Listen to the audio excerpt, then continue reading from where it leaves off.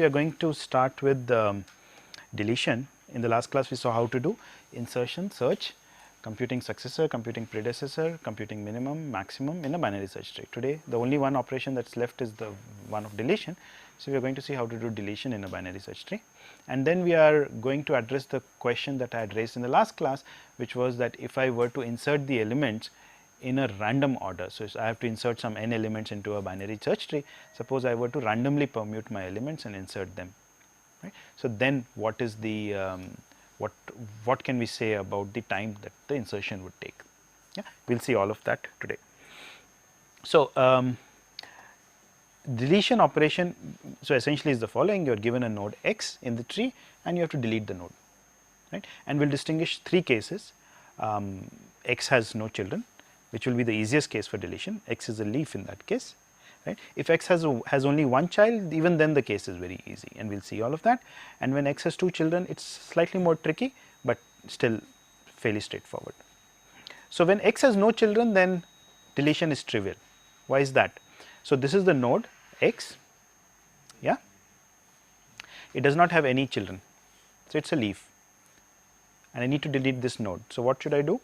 I should just cut this link, which means that the parent of x will have to change either the left child or the right child of this parent. So, in this case b was the right child of the parent. So, we will have to set the right child of a to null now. Is this clear to everyone? Yeah.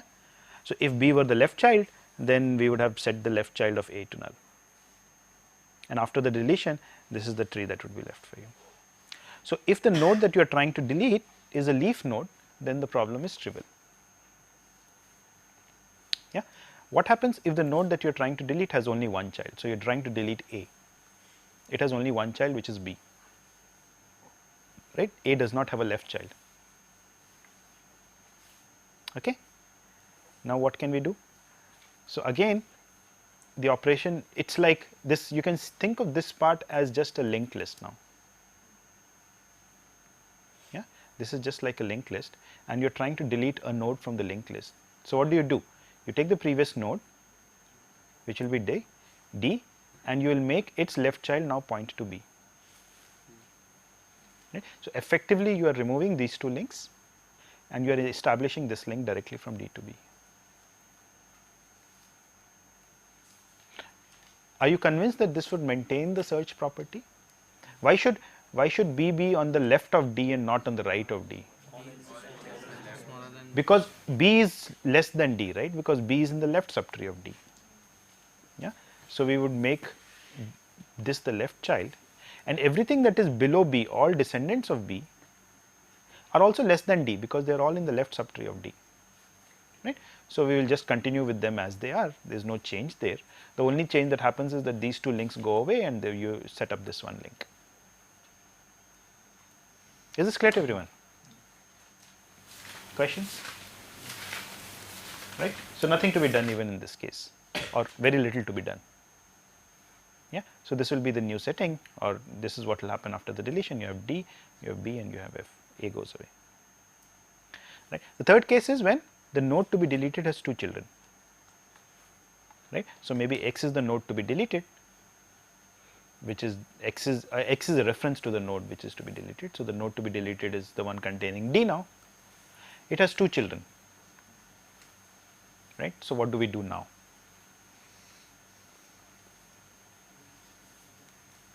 Okay. So, since it has two children, we can, let us say, let us do the following. It has a left subtree, it has a right subtree.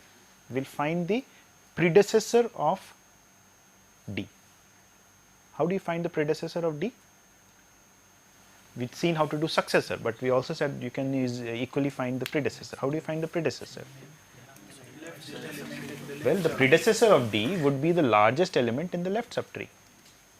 So, we just have to come left and keep going right. So, since b does not have a right child, so b is essentially the predecessor of d in this example, right. Now, how many children does b have? 0. Wrong. How many children does b have? 1. At At most most 1. one. It can have 1. B can have a left child. Nothing preventing us from B having a left child, right? So, I could have a situation in which let us say what T, we could have something like this, yeah, but B does not have a right child, there is nothing here. If B had a right child, then it would not have been the successor, the predecessor of D, because we would have gone down further, yeah. So, B has only one child or no child, this need not be there, yeah. So, that is what is being said here. B or Y is the same thing, Y is the reference and B is the content. So, sometimes I am calling it B, sometimes I am calling it Y, but this has at most one child. Okay. Now, what do we do? Anyone? What do you think you will do? So, let us get rid of this.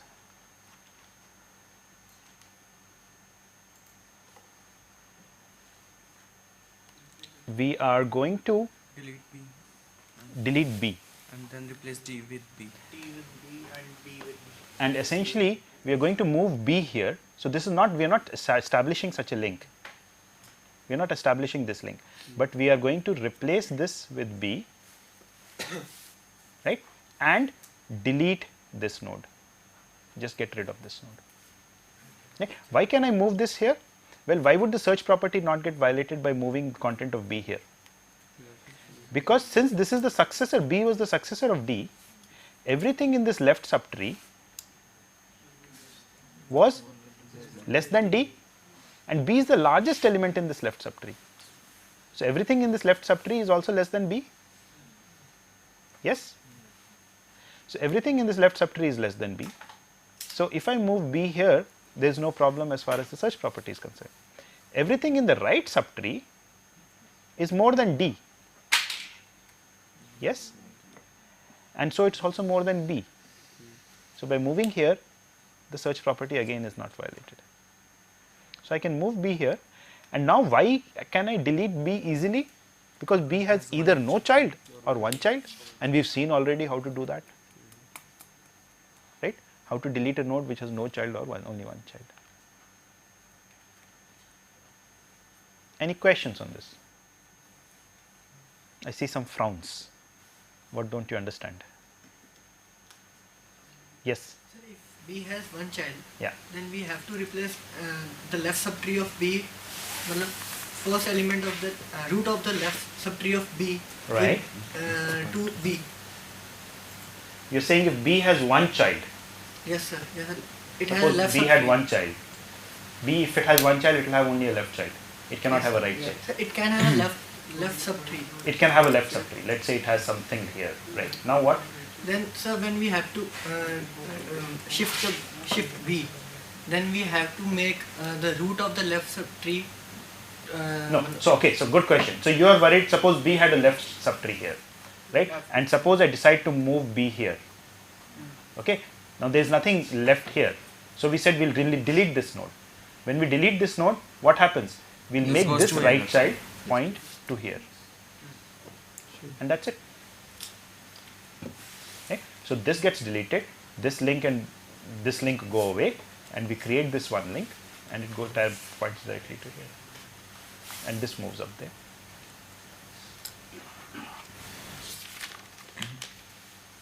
Doubt? Okay, great.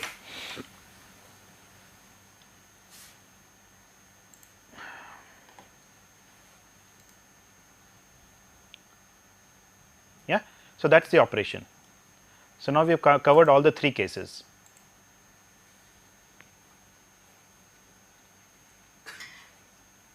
Everyone recalls? So the first case was when there was no children, second case was one child, third case was two children. And we said in the third case we will have to replace, we will have to move the content of this node to there and then delete this node. Okay. So we worked with the successor, but we could also have worked, we worked with the predecessor, but we could also have worked with the successor. Since this has two children, we can also find the successor of this node by going once right and then keep going left. The same kind of a thing could be done even there. right? We could have replaced this node with its successor instead of its predecessor. Yeah, but in this example I had shown the predecessor, which is why I worked with predecessor. Everyone understands this? So what do you think is the running time of the delete operation?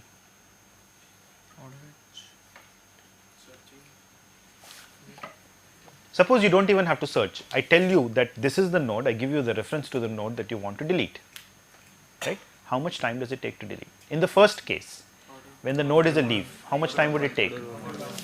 Order 1, because I just need to go to the parent. There is a pointer in the node, a reference to the parent node. I just go to the parent and I just update the link, the right or the left child of the parent, whichever it is. The reference, you are actually giving the reference of the parent. Anything, child. Now I am giving the reference of the particular node which has to be deleted. So if you give the reference of the node, we don't have a back pointer. We have, in every node we also have a parent, a left child, a right child and a parent. Yeah. So we can always go back to the parent and update the content, right, to show the deletion. If we have, if in the second case when we are, if we are deleting this node, then once again we go to the parent and modify its left child. Again a constant time operation. So in which case do we take more time? In this case, because here we have to find a predecessor or a successor. Predecessor can take time as large as the height of the tree, because we will have to go once left and then keep going right. Yeah. So we can take, in the worst case, time proportional to the height of the tree. Okay. So that will take, so this is the case in which we take the most time. And how much time do we take in the worst case? Order the height of the tree. So this is pseudocode for the deletion, just so that you understand roughly what is happening. We don't have to look at it in great detail.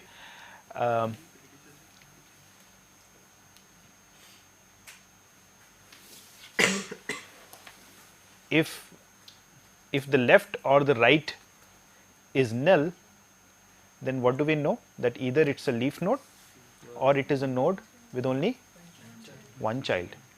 Yes.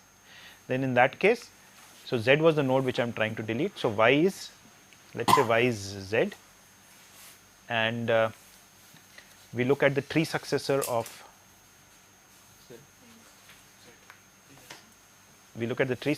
Z.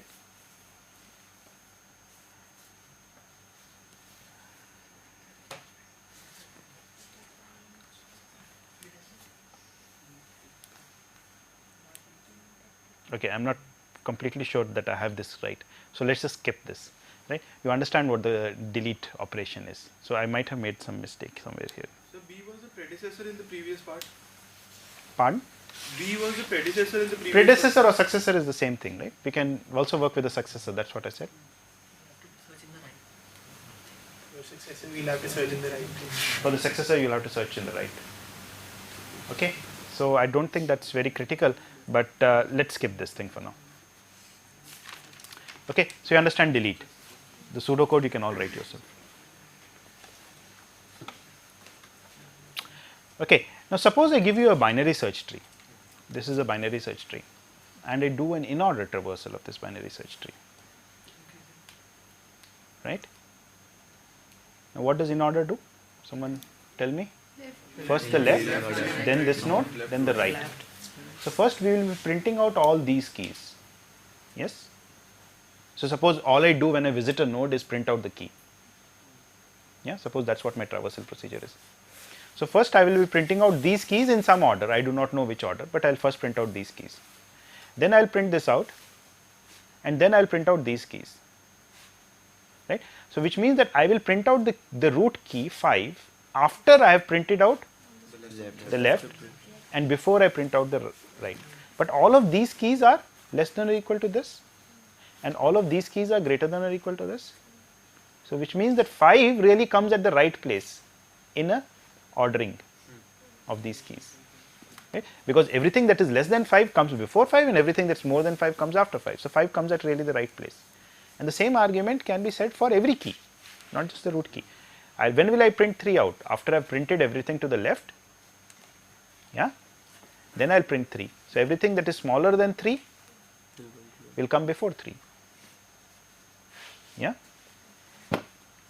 and then I will print out things on the right.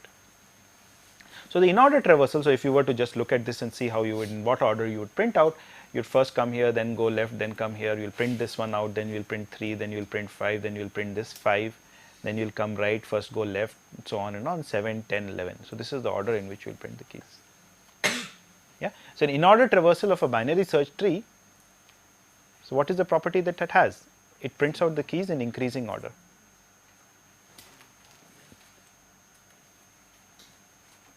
Yes.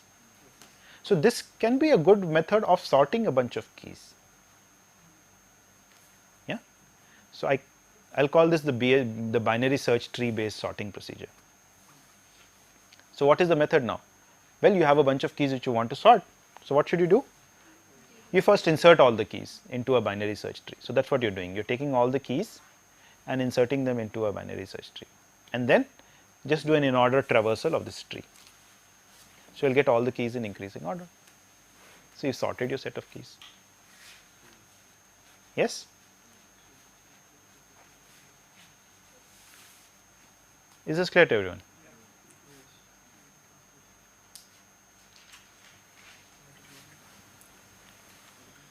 So, how much time does this procedure take? We have to insert all the keys, and then we have to do an in order tree walk. So, let us first look at how much time does the in order tree walk take. How much time does it take to traverse the nodes of a tree in order? Order n. Why order n? We have to print all the nodes, but yes, but I may take much more time, right? I need at least order n time, but at least n time, but why don't I, maybe I need more time.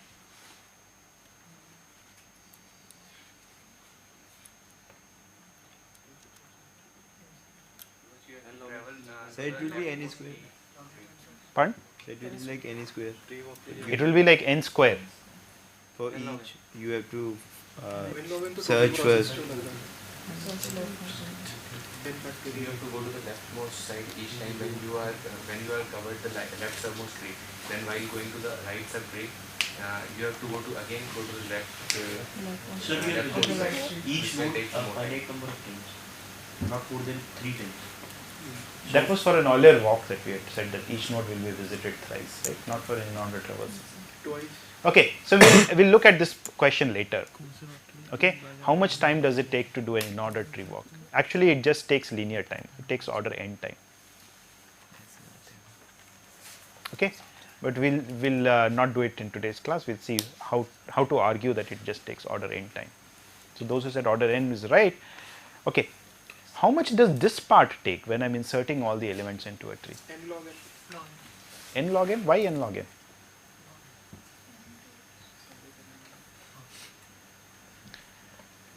Okay, so this is my BST sorting procedure. I want to sort these keys. I insert them into a binary search tree, one after the other. So first 5, then 10, then 7. Then when I insert 1, it will go as the left child. Then I insert 3, it will go as the right child of 1. When I insert the other one, it will go as a left child of this one, of this 3. It depends upon how you are doing. It could also have come as the left child of this one. It's the same thing. And 8 would come as the right child of 7. And this is the tree you would get. And now if you were to do an in order tree walk on this tree, you would get exactly the sorted sequence. So that brings back to the question that I asked you earlier. It brings me back. So how much time does it take to insert all the n elements? It depends upon the sequence. It depends upon the sequence, exactly. So if I were to sort, let's say I'm given a set of numbers 1 through n, and I just want to sort them. Yeah. So what the total time taken to insert these numbers is equal to the sum of the levels at which the nodes will come up, right? Because when I insert a particular number, I come down the tree and I insert it at a particular place, right? So the number of levels I traverse or the number of comparisons I do before I am able to insert it is exactly equal to its level. Yes or no? Either level or level plus 1 or level minus 1, but you can think of it as the level for now. Right? So if the numbers were in sorted, if I had inserted the numbers in sorted order, right, right? First I inserted 1, then I inserted 2, then I inserted 3 and so on and on. Then what is the kind of a tree I would get? Straight, only right. I would have 1 followed by 2 followed by, yeah, so you remember that kind of a picture. I would get a tree which looks something like the following: 1, 2, 3, 4, n. Yeah, and what is the sum of the levels? 0 plus 1 plus 2 plus 3 up to n minus 1, right? And this series sums to n squared. Okay, so that's not good.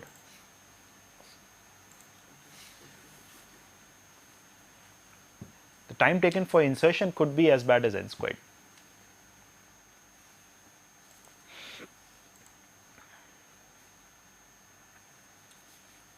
Is this clear to everyone? Now suppose, so this brings back to the question that we had asked in the last class. Now what I do is I don't insert the elements in the, I take a random permutation of the elements. I take a permutation of these elements, right? There are n factorial different permutations. I take one of them at random and I insert the elements in this particular order. Okay. Now I want to compute what is the time it takes to insert. Right. So, the time required for insertion now is a random variable. Yes. We saw an example where the time required for insertion could be as bad as n squared. Right. That is what I showed you on the previous slide. Right. In the best case, it could be actually quite small, and we will see what the best case is. Right. So, it is really a random variable. It depends upon what sequence, what is the permutation in which we are inserting the elements.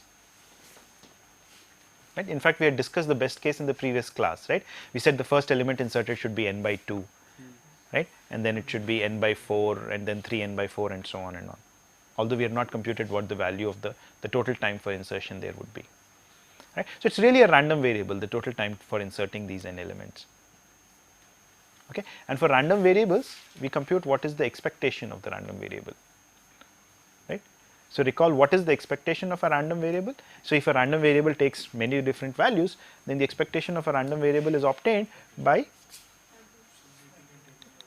taking the average. By taking the average, if each of those, if the probability of each value is the same, right? Otherwise, what do? You essentially do many trials, which means that you compute the value of the random variable, then you compute, you do the experiment once again, and so on. Look at the value of the random variable that you get and then take the average over all the trials.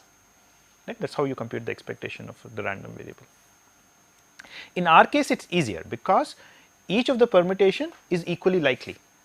Right? We are saying we will just pick one of the permutations uniformly at random. So, each of the permutations is equally likely. So, we are going to see what is the time it takes to insert the elements given by a certain permutation, insert the elements in the order given by a certain permutation, then the time it takes. So, how do we compute the average? We will take a permutation, insert the elements in that order, compute the time it takes to do that insertion, then take another permutation, compute the time it takes to insert the elements in that order, take a third permutation, compute the time it takes to insert elements in that order, and so on and on. Right? And there are n factorial different permutations, so I will compute the time it takes to insert elements in the order specified by these n factorial different permutations. So, you will get this total time, this huge quantity, and will then divide it by n factorial to compute the average, and that will be the expected time it takes. Right? So, to summarize, for each of the n factorial permutations, we will compute the time taken to insert the keys in the order specified by that permutation. Yes, and then we will compute the average. The average is computed over the n factorial permutations. We will denote this quantity by T of n. Right? Whatever is this value, that will be T of n. Everyone with me? Right? Can someone tell me what? Let's see. What is T of 2? let us see how we will compute T of 2 or T of 3 is, see how to compute T3 then. So, T3 is the tree obtained or is the expected height of a tree on 3 nodes. Yeah. So, what are the various possible tree on 3 nodes that we get? So, what are the various permutations of elements 1, 2, 3, right. So, we will have 6 different permutations 1, 2, 3, 1, 3, 2, 2, 1, 3, 2, 3, 1, 3, 1, 2, 3, 2, 1.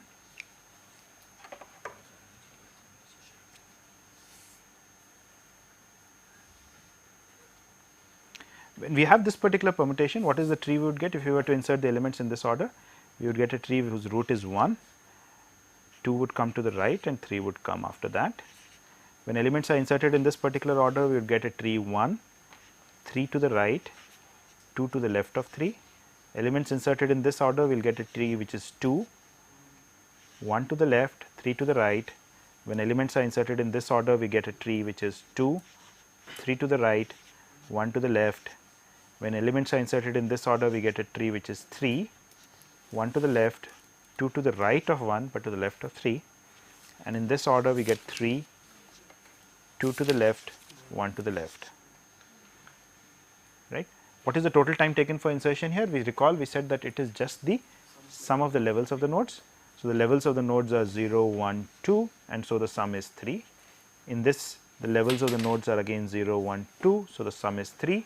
Here it is 0 and 1, this is also at 11, 1, so the sum is 2, 0, 1, 1, sum 2, 0, 1, 2, sum 3, 0, 1, 2, sum 3, total of 16.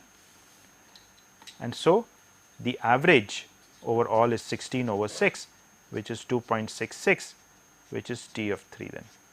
So, we computed T of 3 as 2.66, right.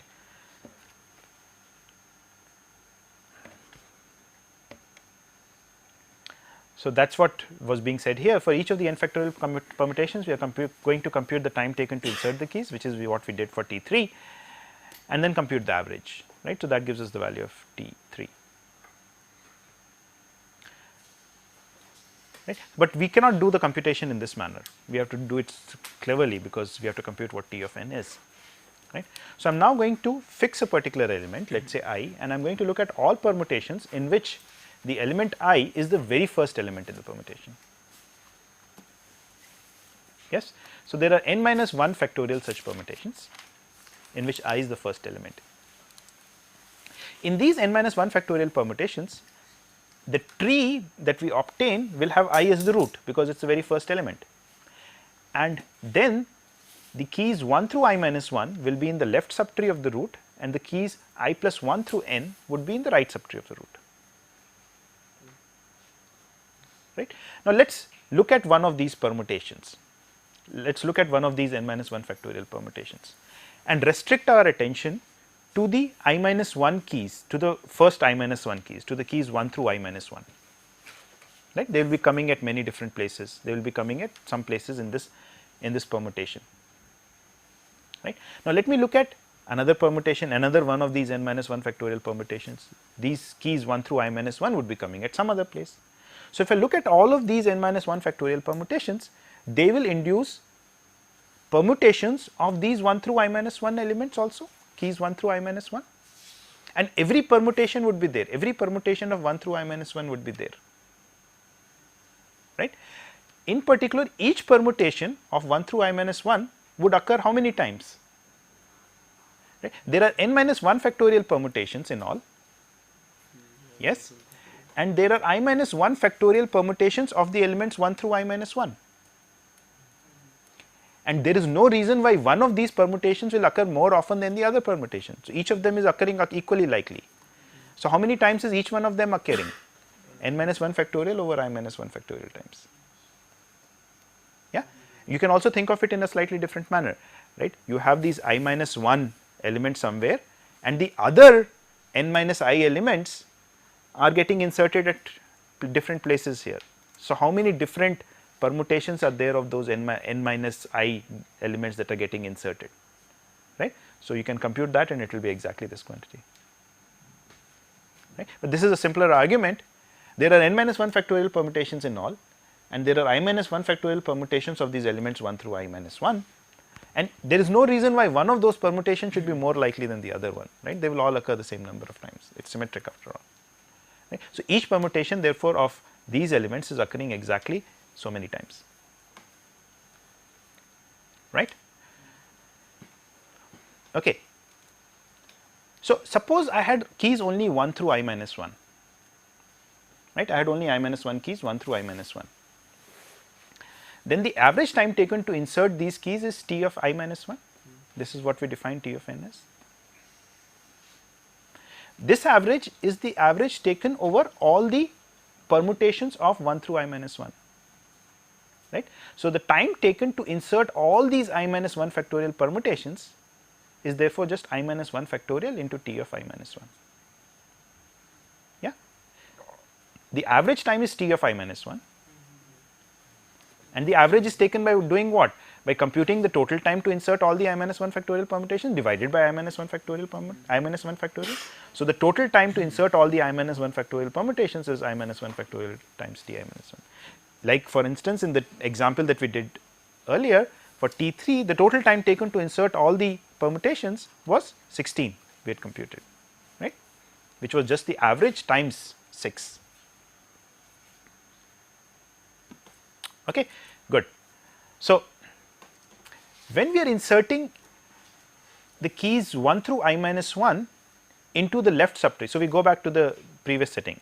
Recall we are considering only permutations in which the first element is I, right. So, the keys 1 through I minus 1 when we are inserting, they will all be compared first against I and then we will go and put them in the left subtree, right. So, each key has to be compared with the root which is I. So, now what is it like? It is as if I am creating a tree of I minus 1 elements, yes, I am creating a left subtree of I minus 1 elements, but I can't just count that as the average cost because I am also counting one more, because now for each of those elements in the left subtree their level is actually one more than if it were just the left subtree. So, let me clarify what I am saying.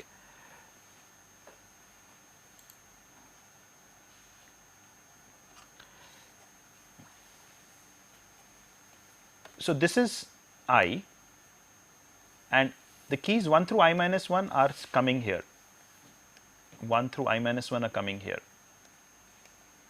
right.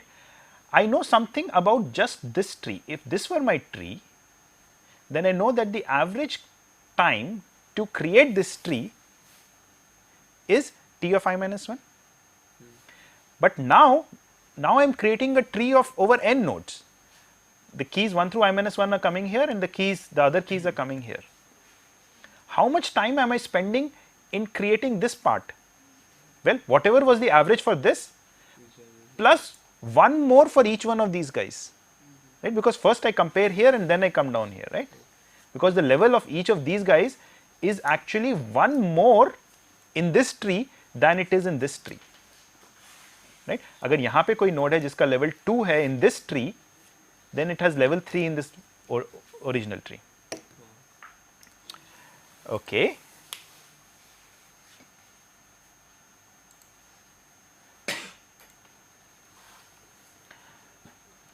So, what is the total time to insert all the I minus 1 factorial permutations then? Well, recall T I minus 1 is the average time, T I minus 1 is the average time to insert I minus 1 keys, right. In the tree that I am creating, I am taking 1 unit extra for every node that I am inserting, because first I am comparing it against the node. So, this is the time I am taking to insert the I minus 1 keys, right. This is the average time I am taking to insert the I minus 1 keys in my tree, right, and then this is the average time. So, what is the total time? Well, I have my I minus 1 factorial different permutations. So, the total time is this product. right. Now, each of the permutations, recall, appeared so many times, n minus 1 factorial divided by I minus 1 factorial times. Yeah. So, what is the total time I spend in inserting keys 1 through I minus 1?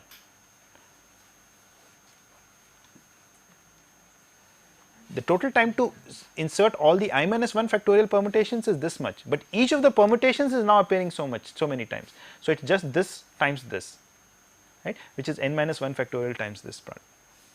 So, this is the total time I take to insert the keys 1 through I minus 1 into my tree, where this sum is taken over all the n minus 1 factorial permutations, and this is actually not the total time, this is the total time for permutations in which the first element is I.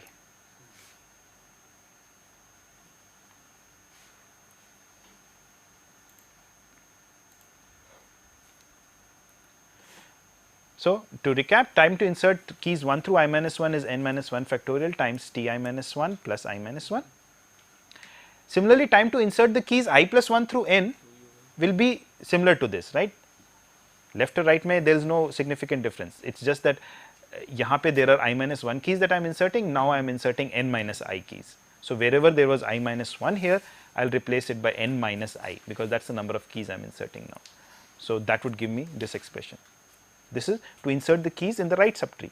So, the total time to insert all the n keys then is just the sum of these two quantities, and this is the total time over all the permutations in which the first key is I still. So, it is this quantity. In total time to insert all the n keys in permutations where the first key is I. So, what is the total time to insert all the n keys in all the n factorial different permutations? It is just the sum of this quantity as I goes from 1 through n, because the first key can be 1 or 2 or 3 or whatever. Yeah. So, it will be just n minus 1 factorial times this sum, where sum goes from I 1 through n of this quantity. Are there any questions till this point?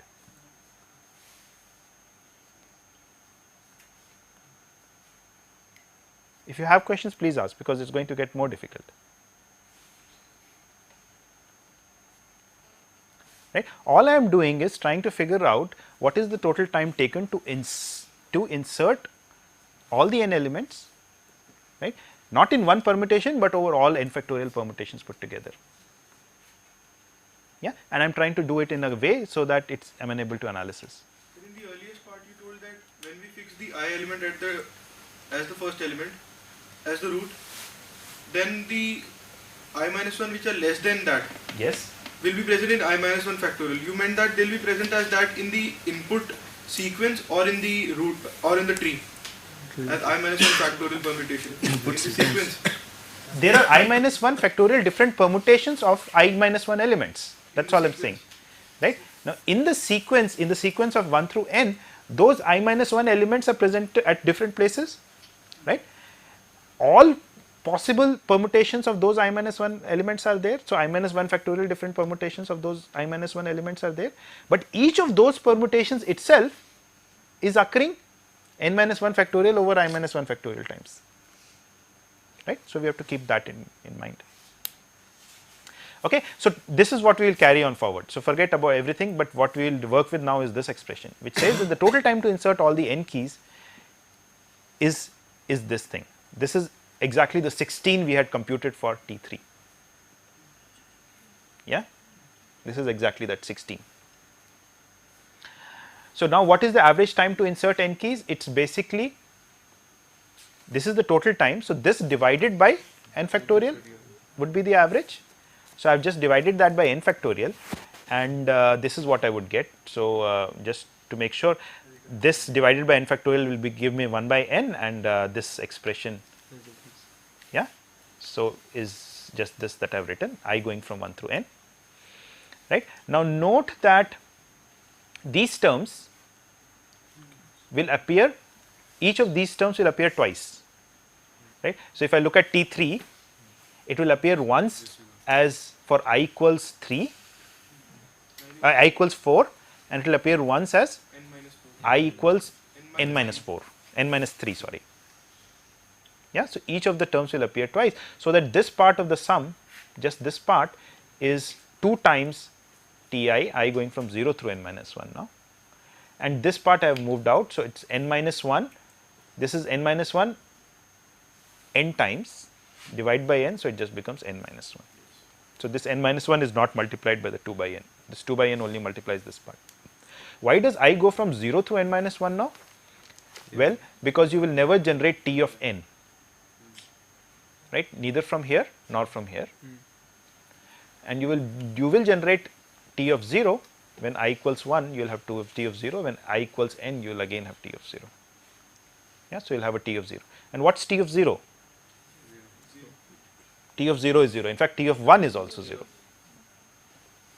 Yeah, T of 2 is not 0, but T of 1 is 0 because it's just single element, right?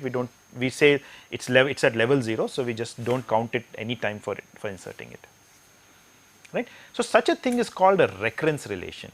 This is a function t, which is a function of n. We are expressing the value of this function at point n in terms of its value at previous points, right? So I can use this relation to compute T of 0, T of 1, T of 2 and so on. So T of 0 is 0. So what is T of 1? T of 1 equals 2 over 1 times T of 0. T of 0 is 0. So this term goes away. So n equals 2, n equals 1. So 1 minus 1 is 0. So T of 1 is 0, which we just argued that T of 1 is 0. So T of 0 and T of 1 are both 0. So I can now use that to compute T of 2, right. So what will I get the value of T of 2 as? Right. So if I were to just use this expression, I would get something like, let us see, I would get T of 2 would be equal to 2 over 2 times T of 0 plus T of 1, both of which are 0, plus 2 minus 1. So this entire thing is a 0, so thus it becomes 1. So T of 2 also turns out to be 1, right. And if you are not convinced so far, let us also compute T of 3. So T of 3 will be 2 over 3 times T of 0, which is 0, so let me ignore that, T of 1, which is also 0, let me ignore that, T of 2, which is non-zero, so let me leave that around, plus n equals 3, 3 minus 1, T of 2 was 1, so this becomes 2 over 3 plus 2, which is 2.66, which is exactly what we computed. Yeah, but you can now use this recurrence to compute anything, any T of I. Everyone with me on this? So we have done something fairly sophisticated here, right? We have obtained some kind of a relation which tells us any T of n, provided we know the previous values. But we will do a little bit more. We will try and figure out how to solve this recurrence relation also. Okay? And that is what we are going to do now. So, T of, what did we say here? T of n is 2 over n times the sum of the previous t's plus n minus 1, right. So, I can write T of n minus 1 is 2 over n minus 1 times the sum of the previous t's plus n minus 2, right. I just replace the n by n minus 1, and so I can just rearrange this. So, this quantity then, or 2 over n times this sum equals what? So, what I have done is I have moved this n minus 2 on this side. So, I get T n minus 1 minus n plus 2, and I have scaled it by n minus 1 over n because I am trying to compute 2 over n instead of 2 over n minus 1. So, if this were 2 over n minus 1 times this, it would just have been this part. Yeah. So, if you cancel out the n, so 2 over n minus 1 is exactly this part, which is what. Why am I doing this? I want to compute this quantity, right, because now I am going to substitute this in the previous expression. So, note that what I have computed is 2 over n sum of t's I going from 0 through n minus 2, right. So, I am going to substitute that part here. Right. So, I have computed 0 through n minus 2 as this quantity. So, I am going to substitute that. So, T of n then becomes this sum here, right. और अब क्या बचता है मेरे पास? T of n minus 1. n minus 1 बचता है, T of n minus 1, 2 over n into T of n minus 1 plus n minus 1. So, 2 over n of T of n minus 1 plus n minus 1, right. And then I just did some rearrangement. So, I look at T of n minus 1. So, it is n minus 1 over n here and 2 over n here. So, that makes it n plus 1 over n, and this is n minus 1 over n into n. N minus 1 over n into n is okay. So, what's the best way of looking at this? This is just n minus 1. So this will cancel out with. Yeah, n minus 1 over n is minus of n minus 1, which cancel outs with this, good. And so, I am just left with 2. So, it is just 2 times n minus 1 over n. Yeah. So, we will work with this now. So, all I have done is some rearrangement to simplify things. Now, I have written T of n just in terms of T of n minus 1. Abhi tak T of n was in terms of all the previous T's, right. So, this is the simplification I have achieved at this point. Okay. Let us see what I am doing. So, it is a bit of a dense slide, but we will run through this very quickly.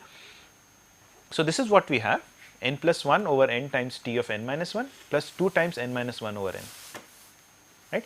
Now, I have just replaced this by this is the same as this, but 2 times n minus 1 over n is less than 2, because n minus 1 is less than n. So, this is, so this, that is why the less than or equal to, actually it should be strictly less, yes, because n minus 1 over n is strictly less than 1, right. So, I just simplified this a bit, and now I am going to do the following. I am going to replace T of n minus 1 by using this recurrence relation, this expression. So, ये n plus 1 by n तो ये है. So, T of n minus 1, if you use this, is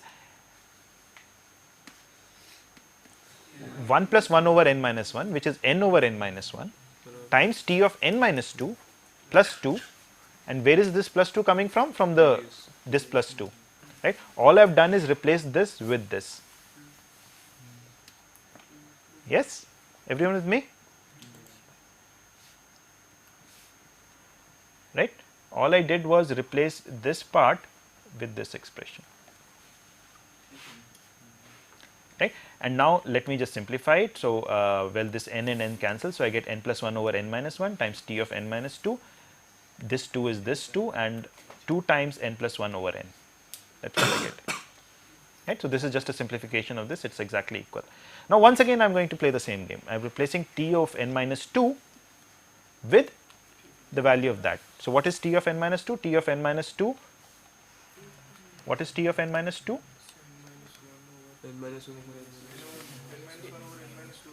It would be n minus 1 over n minus 2 T of n minus 3 plus 2. Actually, it will be less than or equal to this quantity. Yeah. So, that is what I am going to replace it by. Now, when I, so n plus 1 over n minus 1 times n minus 1 over n minus 2. So, the n minus 1 cancel, and I get n plus 1 over n minus 2 times T of n minus 3. This multiplies with this 2 to give me 2 times n plus 1 over n minus 1. And what is this part? This part is the same as this here, is the same as this one here. Yeah. So, you can just do this at home and see that this is what you will, and now this extends in this manner, right. When I replace it by this, I get this n plus 1 over n minus 3. This quantity keeps decreasing with every step, and this sum inside keeps increasing with every step, increasing. So, next time I will add 1 over n minus 2, the next time I will add 1 over n minus 3, and so on and on, right. So, that eventually this will go down to, when this goes down to n minus n, so I get a 0. This would be, the denominator would be n minus n plus a 1, or n minus n minus a 1. So, it will be 1. So, I get just this thing, and inside here I will get all the terms going up to 1 by 2, yeah, and plus a 2. And so, this is exactly, since T of 0 is 0, this part goes away, and so I get exactly this. So, I get T of n is less than or equal to this sum. What is this? This is your harmonic series, right? The sum of a harmonic series. Half, 1/3, 1/4, 1/5, so on and on, going up all the way up to 1 by n. Right? What is the sum of a harmonic series?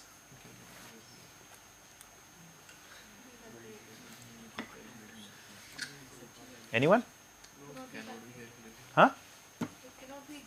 It cannot be calculated. So good, you will learn something new in this course. Okay, so we are summing a harmonic series. So we have to sum 1 by 2 plus 1 by 3 plus 1 by 4 up to 1 by n. Okay.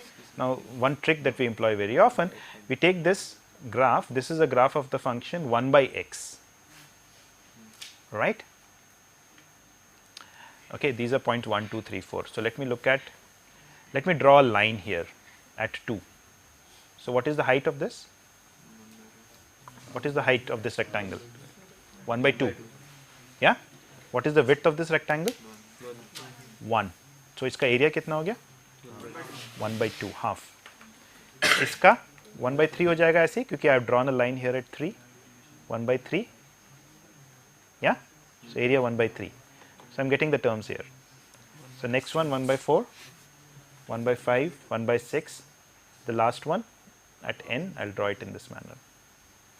So this sum is the area under the curve fx equals 1 by x is at most the area under the curve in between the limits 1 through n. Yes? Right. So this sum is less than or equal to the area under the curve under the curve 1 by x between limits 1 through n.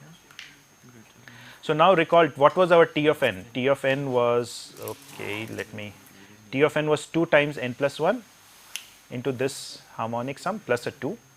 So I am going to just put that 2 times n plus 1, that harmonic sum was the integral of 1 by x, was at most the integral of 1 by x from the limits 1 through n plus a 2. This is log of x, right? X equals n पे log of n हो गया, x equals 1 पे 0 हो गया, so it will just be log of n. So this is exactly this sum, which is order n log n. So T of n is less than or equal to order n log n. Right? So the expected time for inserting the n keys. So what have we done? We have actually done a very sophisticated computation here. Yeah, and you have also understood it, right? Isn't that surprising? So what are we saying? We are saying we looked at all the n factorial different permutations possible.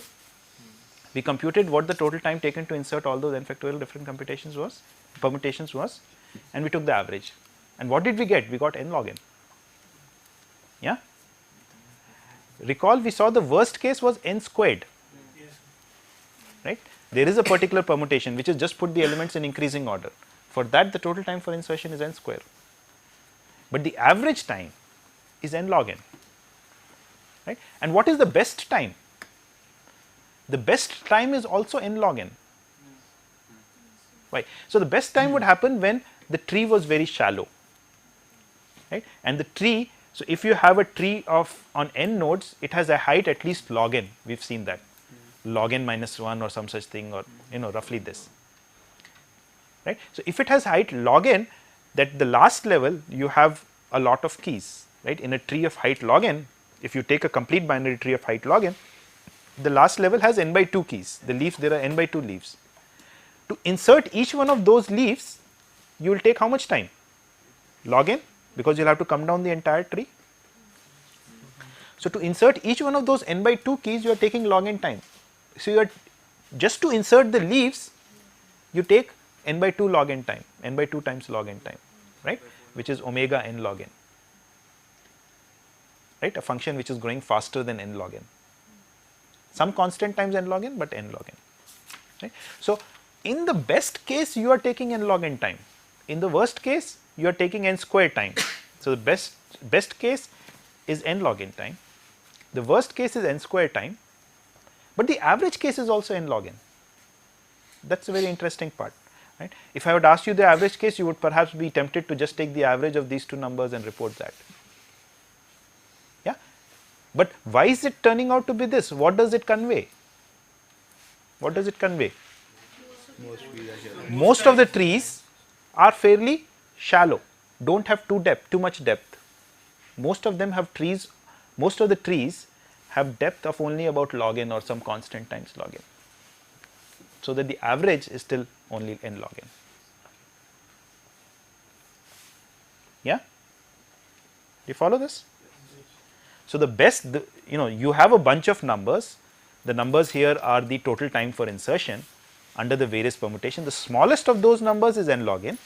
The largest of those numbers is n square, but the average is also n log n or some constant times n log n, right, which means that most of the numbers are closer to the minimum than to the maximum.